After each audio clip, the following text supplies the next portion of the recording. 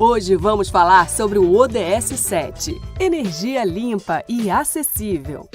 A energia move o mundo e um dos grandes desafios para o desenvolvimento sustentável é a transição energética de fontes poluidoras e não renováveis, como petróleo e carvão, para fontes renováveis e limpas, como água, vento e sol. É a energia que move o mundo. Por isso, é vital assegurar o acesso universal a serviços de energia.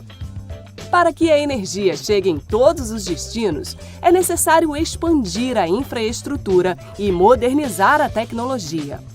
Além dos constantes investimentos em sistemas de geração, transmissão e distribuição, é preciso buscar cada vez mais as fontes renováveis de energia. Até 2030, temos que reforçar a cooperação internacional para promover infraestruturas e facilitar o acesso a pesquisas e tecnologias de energia limpa. Países como o Brasil, que possui forte participação de energia limpa como fonte de geração de energia elétrica, contribuem para aumentar a participação de energias renováveis na matriz elétrica. Mas, mesmo enquanto estamos nessa transição energética entre fontes não sustentáveis para fontes limpas e renováveis, não convém descuidar do planeta. Por isso, até 2030, teremos que dobrar a taxa global de melhoria da eficiência energética, incorporando ao nosso dia a dia hábitos de consumo responsáveis e uso de equipamentos eficientes. São muitos os desafios, mas com a conscientização de todos, é possível consumir de forma responsável. O planeta agradece. Se você assistiu o vídeo do ODS 7, certamente se preocupa com esse tema. Te serviu de inspiração? Então compartilhe, converse com outras pessoas e juntos vamos construir um mundo melhor.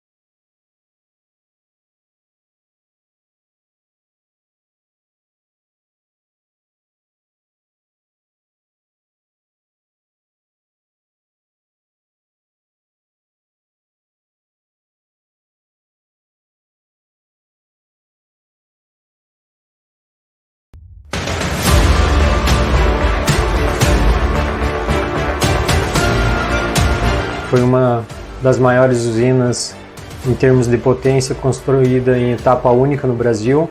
Só por isso já traz um grande desafio. O projeto tem uma dimensão tão grande que internamente nós necessitamos fazer um planejamento, organizar para que a logística interna funcione. A STI foi parceiro fundamental na construção da usina. Excelente papel tanto no fornecimento quanto na qualidade dos materiais entregues.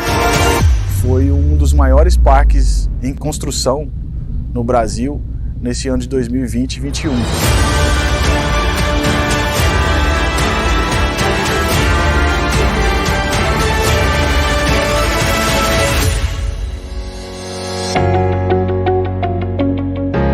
Na construção da usina de Sol do Sertão, os principais desafios foi que tamanha logística do projeto, que são quase 800 hectares de parque solar, em meio à pandemia. Fundamental, né, o fornecimento da STI, o tracker, para o nosso projeto, e a escolha desse material, desse produto STI, foi devido à qualidade, à disponibilidade da entrega no prazo, uma quantidade muito grande para ser entregue necessariamente num prazo muito curto. Esse foi um dos motivos pelos quais escolhemos a STI para ser parceira no nosso projeto.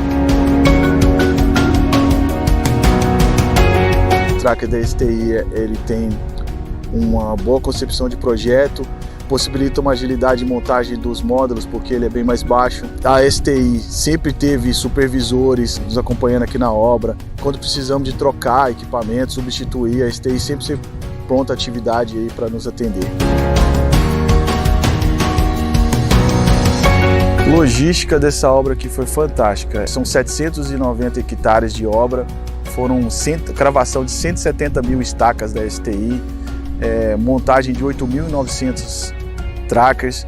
Isso gerou uma quantidade enorme de peças transitando, peças sendo entregue, empilhadeiras. A logística foi um desafio grande nessa obra, mas foi bem vencido com o apoio que a gente teve da STI.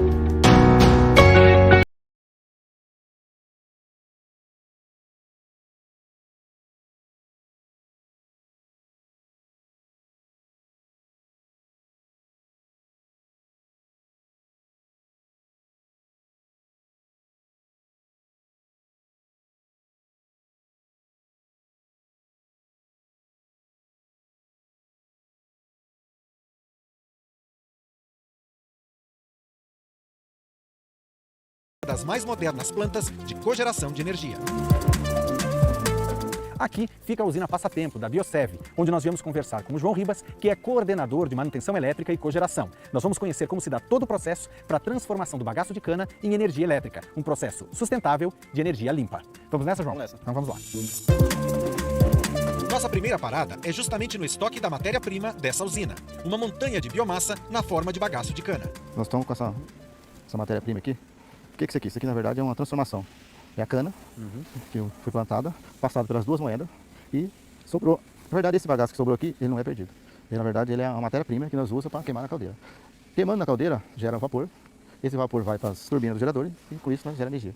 E com isso, nós estamos ajudando pelo meio ambiente. Hoje, com essa mudança aí de investimento, esse aqui para nós é dinheiro em caixa. Esse monte que a gente tem aqui, você estava me falando antes que ele não é muito grande para os padrões. Ele consegue abastecer a caldeira por quanto tempo? Ó, se nós estiver rodando normal, em plena carga hoje, esse bagaço aqui nós comemos ele em 2 horas. Em 2 horas já não tem mais nada aqui. Nossa próxima visita é a caldeira, que está desligada para manutenção, permitindo a proximidade para acompanhar a explicação de nosso anfitrião. Então, Fabiano, agora nós chegamos aqui na caldeira, vou te mostrar aqui onde tudo começa. Aqui essas bocas, você tá vendo? Lá o iniciante, quando o cara vai iniciar, ele bota fogo lá dentro, inicia geralmente com lenha, para começar o foguinho. A hora que o fogo começar a acender, que começar a dar aquela gás, a gente inicia o retorno do bagaço. Jó, então antes, o primeiro passo é queimar madeira. Primeiro é queimar madeira. Queima um pouquinho lá, né? Iniciou aquele foguinho lá, não é tanta madeira, não é pouca coisa. Iniciou, aí já a gente começa a realimentar já com bagaço. E por que usar madeira e não direto o bagaço, João? Qual é o princípio? Na verdade, o princípio da madeira é só para iniciar mesmo. Como a caldeira está fria, está gelada, ficou esse tempo parado, então inicia com foguinho para ela aquecer devagar. Aí que a madeira, o poder calórico é mais rápido para pegar, né? E a hora que iniciou o foguinho lá, a gente já alimenta com o bagaço. Quanto tempo leva mais ou menos, João, até que ela chegue à temperatura de regime, de trabalho normal? Ó, quando você, agora está gelado, tá tudo parado, iniciou todo o processo, até ela aquecer, subir em média de 12 horas. 12 horas para ela chegar ao regime de trabalho. Porque na verdade, como ela está fria, ela tem que esquentar aos poucos, né? Para ir dilatando devagar e aquecendo aos pouquinhos também. Ela tem uma rampa de temperatura. Conhecida a parte de geração de vapor, nosso próximo destino dentro do complexo é o coração de todo o sistema, o conjunto de turbina e gerador. Então, Fabiano, depois todo aquele processo lá que a gente olhou o bagaço todo, aí nós chegamos aqui nas turbinas. É para cá que vem o vapor gerado lá na caldeira. A caldeira entra naquele tubo ali que você está vendo. Ali já entra o vapor ali, na temperatura ali de 540 graus, aí 15 e poucos graus, que ele chega ali.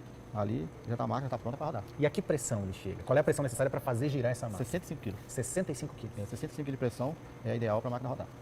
Aí ela chega aqui e chega na outra máquina de lá. Né? São 2 máquinas aí. Tá? 2 máquinas com que capacidade aqui? Essa máquina e a outra são 30 mega. 30 mega. 30 megas. Somando as duas em paralelo, elas rodam em paralelo. Então as duas energias que ela gera vai ser no mesmo barramento. Vamos conhecer mais de perto então esse equipamento.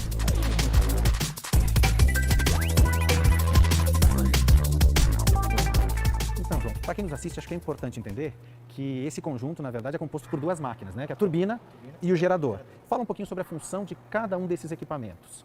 Qual que é a função da turbina aqui?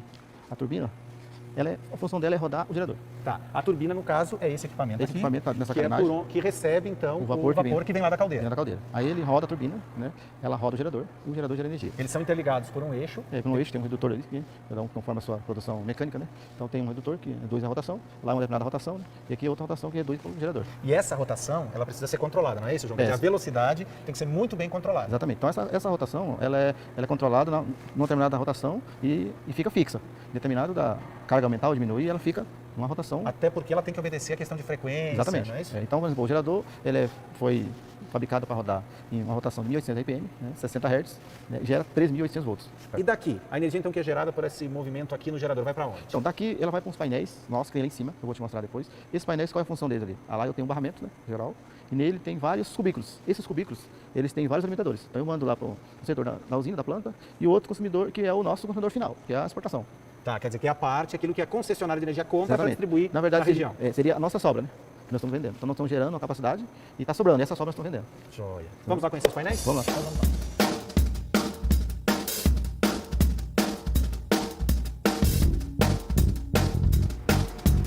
Essa é a sala de painéis. Essa é a sala de painel, onde o gerador manda energia. Para cá, desses painéis aqui, existe um barramento, aquele que eu te falei, né? Que está aí interno do painel, que é uma alta voltagem, 3.800 volts. E aí, cada cubículo que você está vendo aqui ó, é uma distribuição. Eu mando energia para um determinado setor, por exemplo, você está vendo picador, né, distribuidor, e assim moenda e assim por diante. Assim por diante. E aí eu tenho o painel de exportação, que eu vou mandar para exportar. Que vai para a concessionária. É o excedente aí que nós estamos vendendo.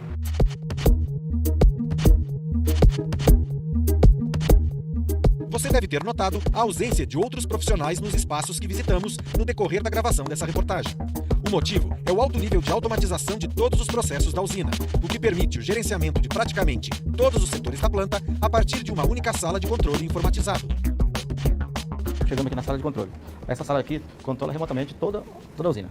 Aquela painel que a gente viu lá, o PLC que a gente viu lá, né, do CLP, é controlado aqui, ó. Então, todas aquelas duas máquinas grandes, importação, exportação, subestação, tudo é controlado por aqui, ó. Toda essa parte de venda e compra de energia está aqui, a operação das caldeiras, né, a operação das esteiras que a gente viu lá, do bagaço, tudo é controlado aqui, ó. As moedas, tudo é controlado nessa sala aqui. E quantos operadores trabalham aqui por turno para controlar tudo isso? Porque, pelo que você falou, não só a parte de cogeração, mas toda a parte de produção da usina é controlada daqui. Então, por exemplo, as caldeiras. As caldeiras, você viu lá duas caldeiras. Cada caldeira tem um operador. Então, um operador para a caldeira, um operador para venda de energia, que é a operação, moenda, aí eu tenho exatamente caldo, né, e destilaria.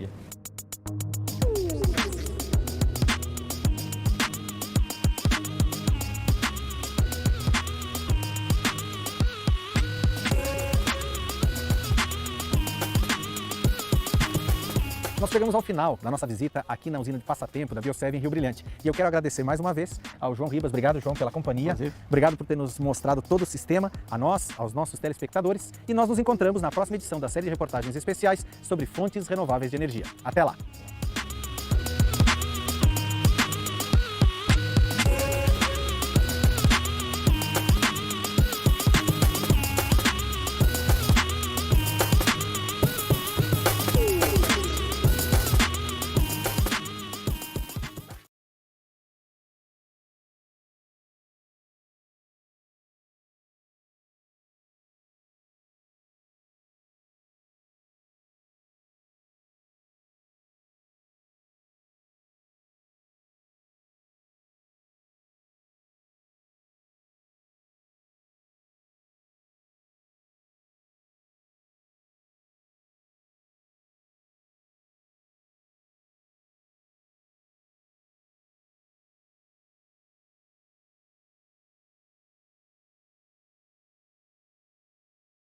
Neste vídeo, iremos mostrar um pouco do futuro da energia, mais especificamente, a energia eólica onshore e offshore.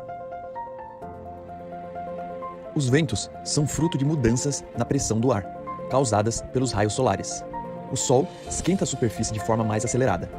Ao longo desse processo, o ar quente do solo sobe e o ar frio vem de uma região distinta para ocupar seu espaço. Esse deslocamento de ar quente e frio faz com que o vento surja. Com isso, o potencial anual de produção de energia eólica onshore e offshore chega a ser 840 terawatts-hora. Isto é, quase 40 vezes o consumo mundial de energia. O setor vem crescendo muito rapidamente nos últimos anos, e isso faz com que os custos de implantação sejam cada vez mais baixos. A capacidade instalada mais que dobrou desde 2012, onde era aproximadamente 280 gigawatts. Hoje em dia, em 2020, essa capacidade é de 650 gigawatts. Assim como a potência dos equipamentos evoluíram muito. Os rotores, em 1980, tinham em média 17 metros e geravam 0,07 megawatt. Hoje, os rotores têm em média 116 metros e chegam a gerar 2,4 megawatts. O valor do megawatt-hora produzido hoje em dia chega a ser 20 vezes mais barato do que era em 1980. No Brasil, ele custa em média 100 a 150 reais. As pás da turbina eólica se assemelham a hélices de um avião, mas ao contrário, ao invés de um motor alimentar as hélices para gerar uma força no vento, o vento sopra através dos rotores e alimenta a caixa multiplicadora. O princípio de Bernoulli fala sobre isso. O formato da pá faz com que o ar leve mais tempo de um lado do que do outro. Isso cria uma diferença de pressão, fazendo com que a pá puxe para o lado de baixa pressão, fazendo assim com que os aerogeradores gerem corrente elétrica. Os melhores lugares para um aerogerador é onde os ventos sejam constantes e a velocidade ideal para o funcionamento desse mecanismo é de 21 a 26 km por hora. Nesse mapa, podemos observar as regiões com as cores amarelo, laranja e vermelho. Estes são os melhores lugares do mundo que possuem essa velocidade ideal para a produção de energia. Mas esse mapa não mostra o melhor lugar de todos para os aerogeradores. E este lugar é o mar. A chegada do offshore no Brasil irá revolucionar o setor eólico, devido à qualidade dos ventos e à potência das máquinas instaladas. Estas conseguem gerar energia para uma casa inteira por um dia apenas com uma rotação. Atualmente, a produção do offshore é de 20 gigawatts. E em 2030, a previsão é que seja de 190 gigawatts, com um investimento previsto de 5,2 trilhões de reais até 2040. Ou seja, uma nova era do setor eólico está por vir. E o nosso conselho? Esteja preparado.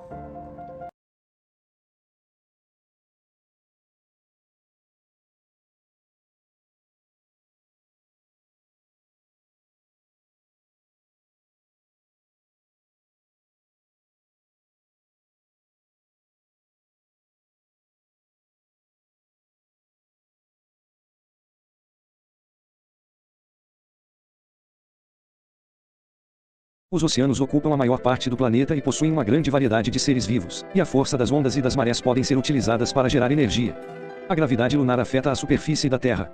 E como os oceanos são fluidos, são deformados por essa gravidade, gerando as mudanças nas marés. A construção de diques para represar a água das marés altas, acoplado a um sistema de turbinas, é uma maneira de gerar energia.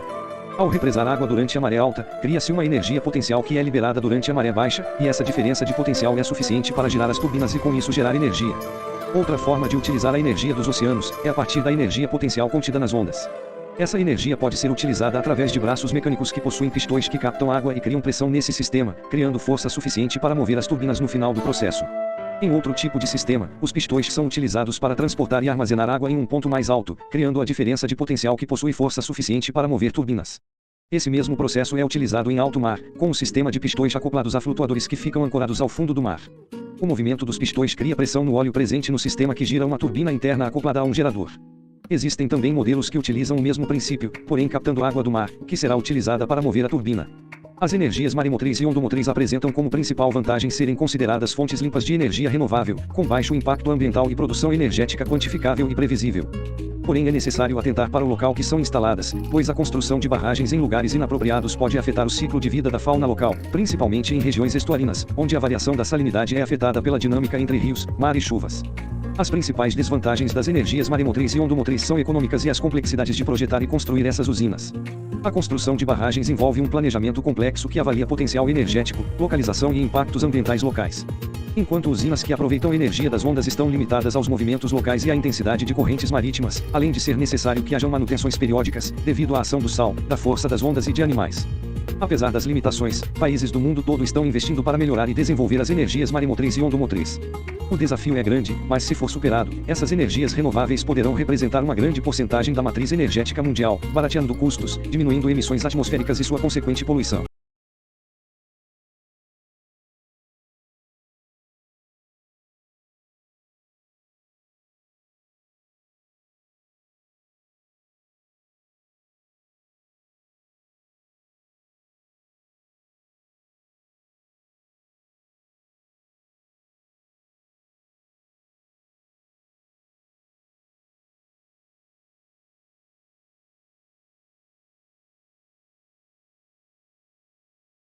A hidrelétrica Belo Monte é uma usina diferente das que conhecemos no Brasil. Ela é do tipo a fio d'água, portanto, sem reservatório de acumulação, mantendo sempre o mesmo nível, com a casa de força principal distante do vertedouro e em uma região com grande desnível natural, o que é incomum em rios da Amazônia, que correm em relevos de baixa altitude. O rio Amazonas, por exemplo, tem um desnível suave e progressivo de apenas 82 metros em seus mais de 3.000 quilômetros no território brasileiro. O rio Xingu consegue ter um desnível de 90 metros em apenas 140 quilômetros, no trecho denominado Volta Grande do Xingu, o que torna seu potencial hidrelétrico fora de série. Tradicionalmente, o Brasil construía usinas com reservatórios de acumulação, que tem esse nome por armazenar as águas do período de chuvas para aproveitá-las gerando energia na estiagem. Esse tipo de usina precisa de grandes reservatórios e, consequentemente, inunda áreas extensas. Belo Monte é uma usina a fio d'água e, como tal, tem um reservatório reduzido. Esse tipo de usina opera praticamente em níveis de água constantes e sua produção de energia varia de acordo com o regime hídrico do rio. Seu reservatório de 503 km² será suficiente para gerar 11.233 megawatts, o que representa um aproveitamento excepcional. A opção por uma usina fio d'água é a decisão de uma sociedade que abre mão de todo o potencial energético de um rio em benefício da população e da natureza em sua área de influência. A energia de Belo Monte será produzida por dois tipos de turbinas, Francis e Bulbo. As turbinas Francis se adaptam melhor em desníveis superiores a 40 metros e já são usadas em Tucuruí e Itaipu. Enquanto as tipo Bulbo funcionam com o próprio caudal do rio e se adaptam melhor a quedas inferiores a 20 metros, como em Giral e Santo Antônio. Em Belo Monte, a casa de força principal contará com 18 turbinas tipo Francis, de 620 megawatts de potência, que aproveitarão a queda de quase 90 metros para gerar 11.000 megawatts. Haverá uma casa de força complementar no sítio Pimental, com 6 turbinas Bulbo de 39,8 megawatts de potência, gerando 233 megawatts.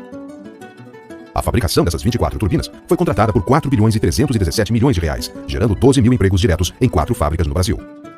Ao lado do sítio Pimental, haverá um canal de derivação com 20 km de extensão e 200 metros de largura na base, que ligará o Xingu a um reservatório intermediário responsável pela água utilizada na casa de força principal. Além da produção de energia, o projeto físico de Belo Monte se preocupou com a navegação dos índios e ribeirinhos e também com a ictiofauna.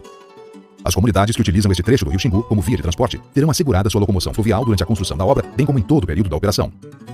No decorrer da obra, será implementado no sítio Pimental um sistema de rebocamento das embarcações. Uma barca cegonha será conectada a um cabo de aço que estará ancorado acima do local das obras do barramento. Um motor permitirá à barca cegonha recolher todo o cabo de aço, fazendo com que ela alcance o ponto de ancoragem. No sentido inverso, ao liberar o cabo, a cegonha se afastará até um trecho do rio em que as correntes voltarão à sua velocidade natural.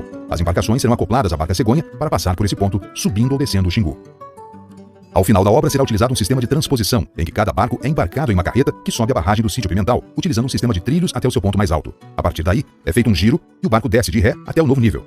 Esse sistema tem o mesmo princípio utilizado em marinas para tirar e colocar barcos na água. A ictiofauna também foi respeitada no projeto de Belo Monte, com a inclusão de um sistema de transposição de peixes destinado a permitir a movimentação de peixes pela barragem na época da Piracema. Essa solução já foi implantada com sucesso em várias usinas no Brasil. Ao longo de décadas, o Brasil projetou e construiu usinas hidrelétricas. A usina hidrelétrica Belo Monte expressa a evolução e a maturidade da nossa engenharia.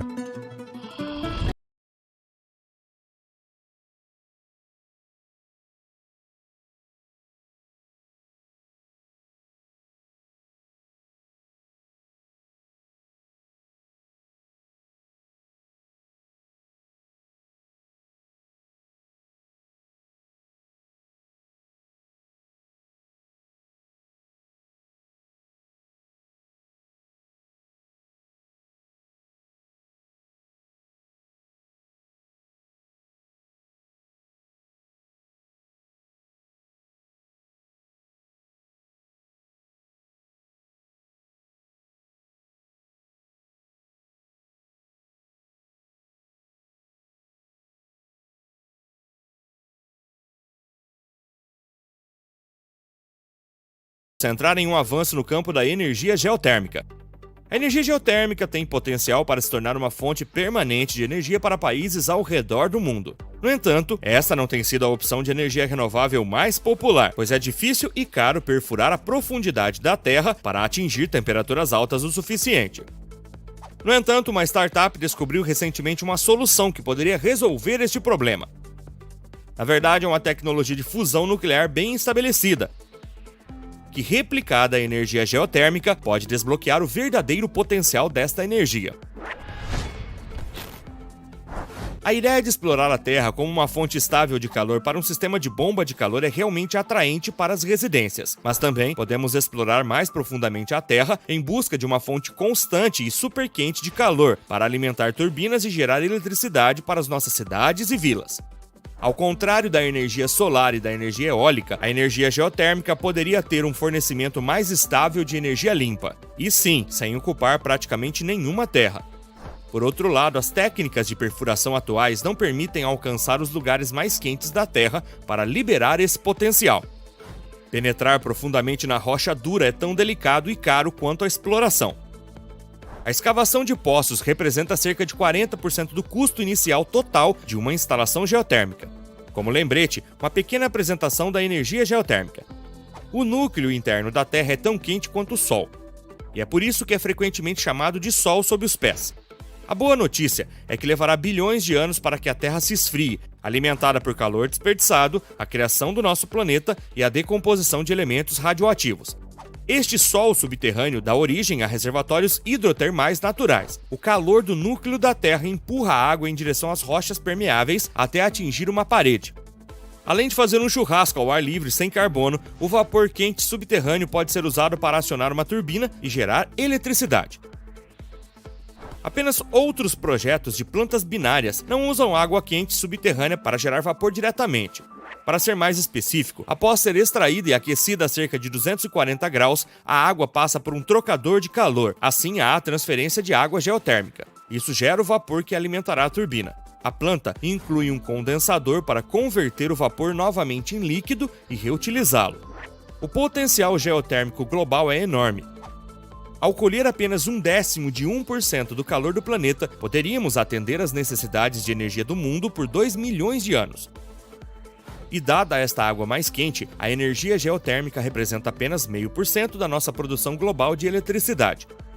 Principalmente porque a parte acessível dessa energia é o calor disperso na crosta terrestre. A maioria dos reservatórios hidrotermais, como vulcões, nascentes e geysers, são encontrados apenas ao longo das placas tectônicas. No entanto, graças à tecnologia de perfuração inspirada na fusão, o verdadeiro potencial da energia geotérmica pode estar mais próximo do que nunca. Essa inovação pode nos permitir alcançar áreas com menos de 10 km de profundidade de uma maneira muito mais econômica e eficiente. Isso ocorre porque as nascentes geotérmicas têm temperaturas muito mais altas e são mais difundidas. Embora rentáveis, o potencial dos parques solares e eólicos é prejudicado pela sua intermitência.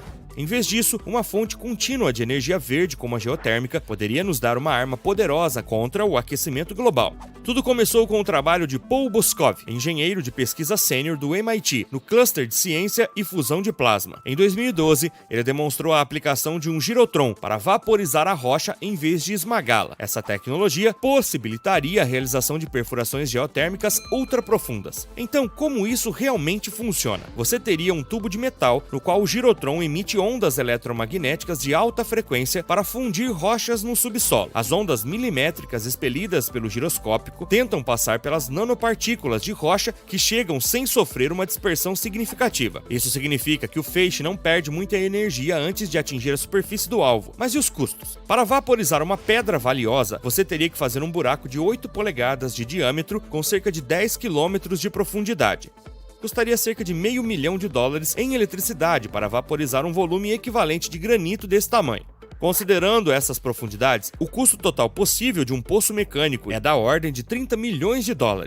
Então estamos falando de economizar dezenas de milhões de dólares. Mas há outro benefício econômico importante no uso de raios de calor. Ao confiar em processos mecânicos tradicionais, nós precisamos de um fluido de alta densidade. É chamado de lama de perfuração e serve para contrair a pressão circundante do poço e evitar que ele entre em colapso. Em contraste, as ondas milimétricas não requerem lama de perfuração. Seria possível cavar poços mais profundos e estáveis sem adicionar lama de perfuração, que é outro aspecto que pode tornar todo o processo mais econômico. De acordo com os estudos de viabilidade tecnológica e econômica realizados pela Ultra Rock Energy no local do vulcão Newberry, a técnica descrita acima reduziria o custo nivelado da energia geotérmica em 50%. Além disso, a empresa estimou que a energia geotérmica baseada nesta tecnologia poderia ter um custo menor do que a eólica terrestre e até a solar. Sua tecnologia de perfuração inspirada na fusão não se limita apenas ao espaço do laboratório. Em fevereiro passado, um spin-off do MIT levantou $40 milhões para desenvolver essa tecnologia inovadora. Eles começaram com o uso de um girotron de 10 kW para desenhar um buraco de 10 centímetros de profundidade.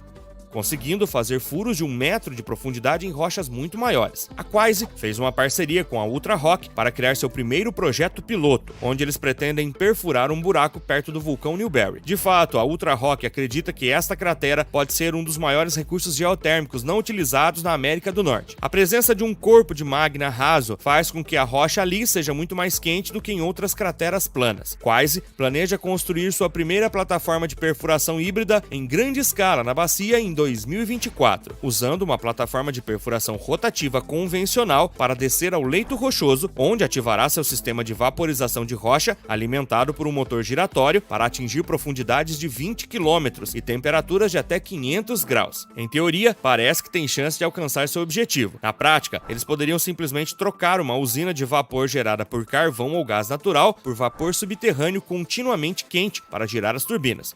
A perfuração geotérmica pode encontrar outros problemas. Quanto mais fundo você cava, mais energia você perde. Para compensar essa perda de energia, é necessário, portanto, utilizar outra fonte de energia, como eletricidade de rede ou geradores a diesel. Mas seu sistema também deve levar em consideração as perdas de pressão do gás. Isso se deve ao atrito entre o gás e as paredes do tubo. Quanto mais baixo o gás, mais alto ele fica. Eles podem ter outra desvantagem do ultra profundo. A escavação das paredes críticas poderia desestabilizar as camadas geológicas, o que poderia desencadear atividades sísmicas. Hoje, eles perfuram principalmente perto de limites tectônicos, porque é onde o calor da costa leste vem à superfície. Então, perfuram intencionalmente perto de bordas problemáticas com geologia muito jovem e muito instável. Quando você tem o luxo de ir mais profundo sem um custo exponencialmente crescente, você se afasta dessas instabilidades. O desenvolvimento da perfuração inspirada na fusão nos permitiria explorar muitos fluidos superquentes, superando limitações geográficas e geológicas. Também poderia desencadear uma fonte perpétua de energia geotérmica para um mundo independente de energia zero carbono. Embora os raios de calor sejam baseados em tecnologia sólida, ainda existem barreiras econômicas e testes a serem superados antes de atingir uma escala industrial. Se você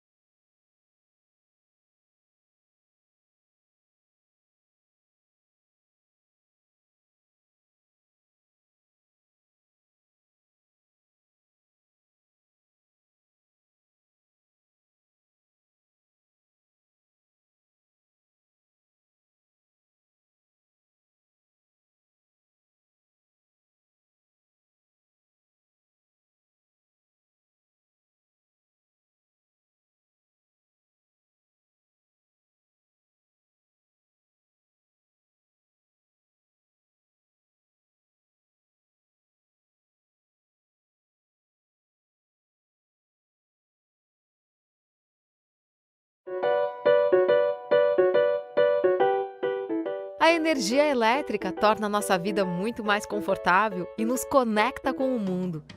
Ela tem um papel fundamental em nosso cotidiano e abastece o comércio, os serviços, a indústria e o campo.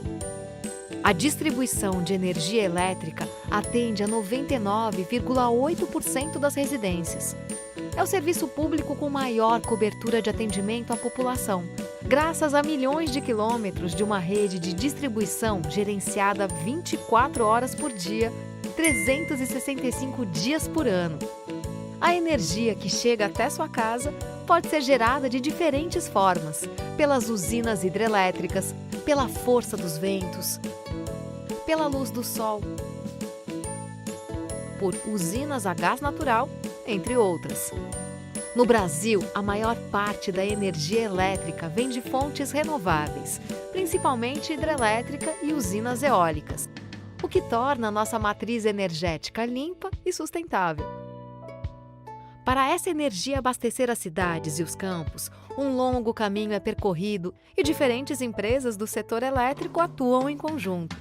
As geradoras são responsáveis pela produção da energia em suas diversas formas.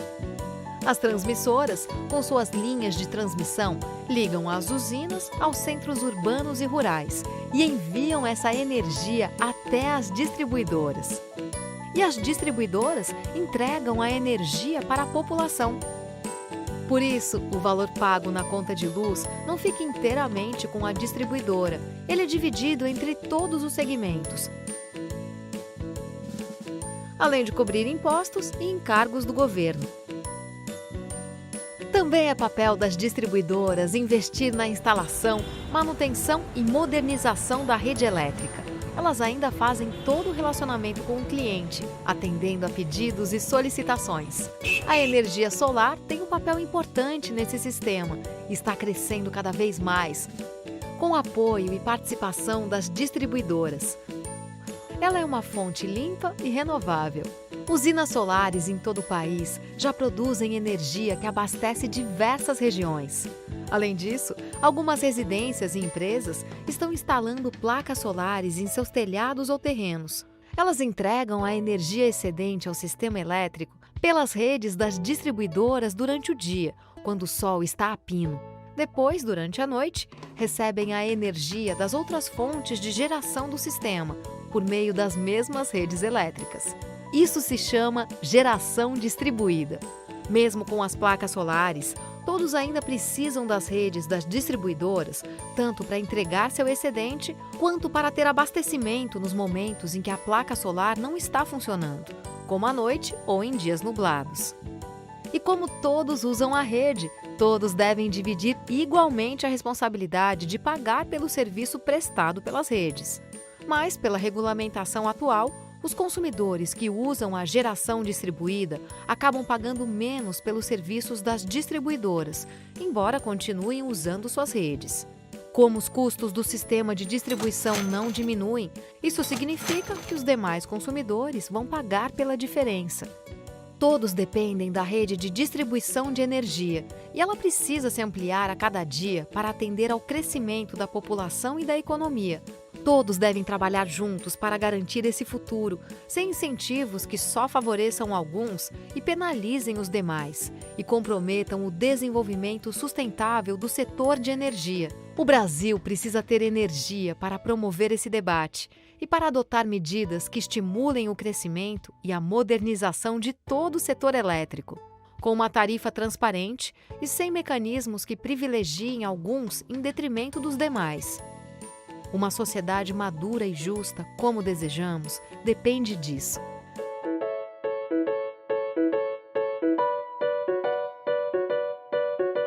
Energia sempre com você.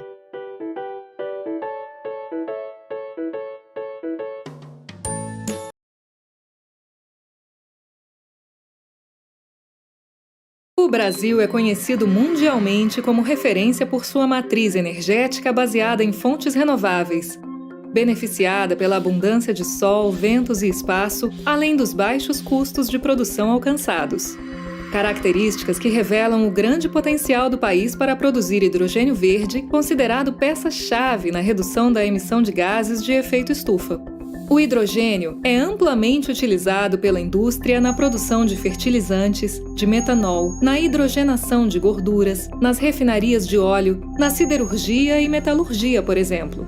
O uso do hidrogênio verde, 100% produzido a partir de fontes renováveis e livre de emissões de CO2, pode contribuir para a descarbonização da indústria e da economia brasileira.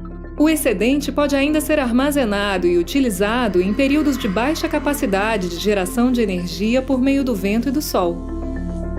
O hidrogênio verde pode ainda ser o vetor para diferentes aplicações e tecnologias.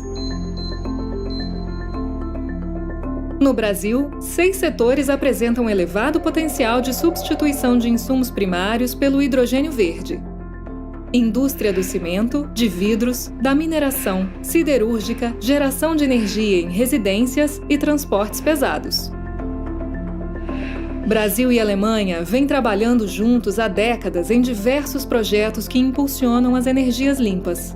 O mais recente exemplo é a parceria para a expansão do mercado de hidrogênio verde no país, que pode trazer enorme desenvolvimento regional e geração de empregos. O projeto H2 Brasil, da GIZ, em parceria com o Ministério de Minas e Energia, vai investir 34 milhões de euros até 2023 para apoiar a expansão do mercado de hidrogênio verde no país por meio de 5 frentes de trabalho. Ajustes no marco regulatório atual e criação de sistema de certificação de H2V no Brasil, divulgação do tema e engajamento de parceiros e da sociedade, formação e capacitação profissional de maneira inclusiva, desenvolvimento de estudos e tecnologias inovadoras para a produção de H2V no Brasil e o aprimoramento da viabilidade econômica da aplicação industrial de hidrogênio verde no país. Governos, indústria, empresas e sociedade civil, juntos pela transição energética eficiente, geração de empregos e desenvolvimento sustentável. Programa H2 Brasil, expansão do hidrogênio verde.